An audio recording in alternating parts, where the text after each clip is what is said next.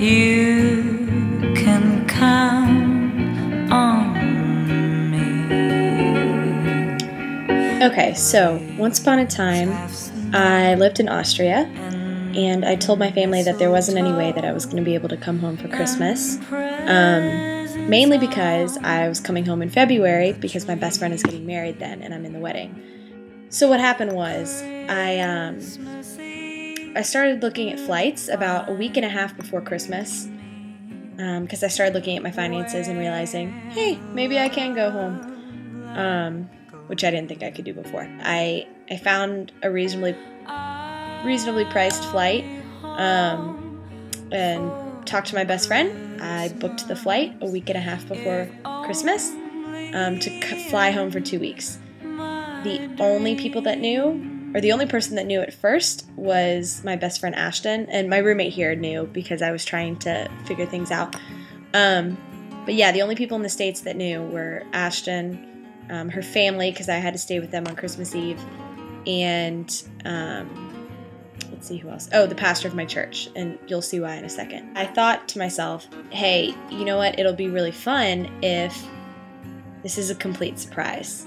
So I proceeded to lie to my entire family for about a week and a half.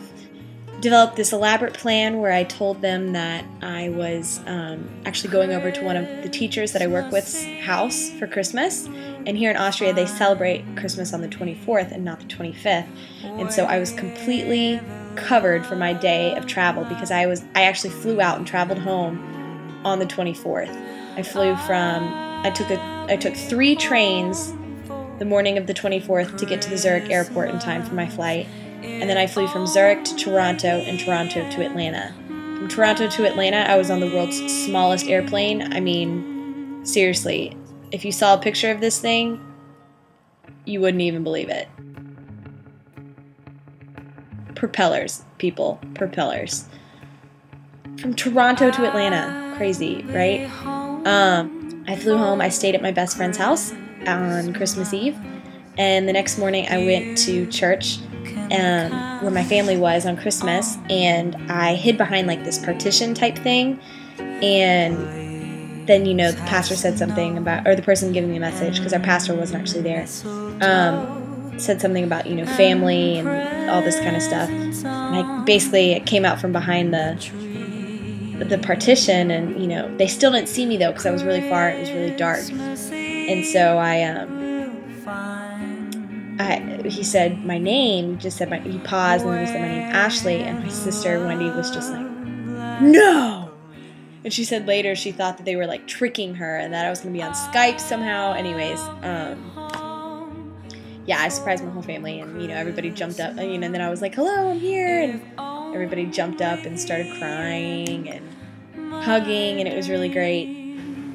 Ashley is back home. I'm here.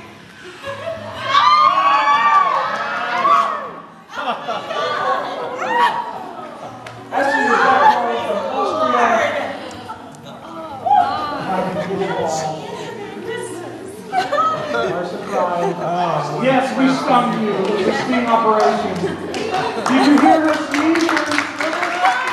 Sorry, I lied to you. She's back in the whole time. She came in early and she wanted to surprise them. And then I continued to surprise my family the rest of the day. So the second surprise was for Mandy and Michael, my other sister and brother-in-law. They thought, obviously, that I was in Austria, and so I was Skyping with them from Austria, when really I was just upstairs in my sister Wendy's house.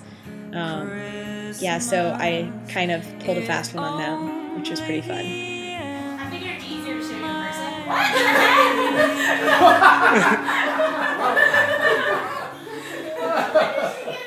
Last night. I've been surprising people all day.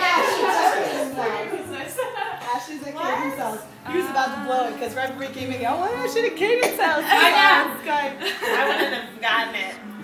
Ashley, you guys know. Yeah, I was upstairs. This is so fun. the last surprise was for my dad, which was a bit tricky because my grandmother was having some health problems that week. And so his surprise was delayed a little bit. Thankfully, my grandmother ended up doing a little bit better and things were okay. And so he could come home.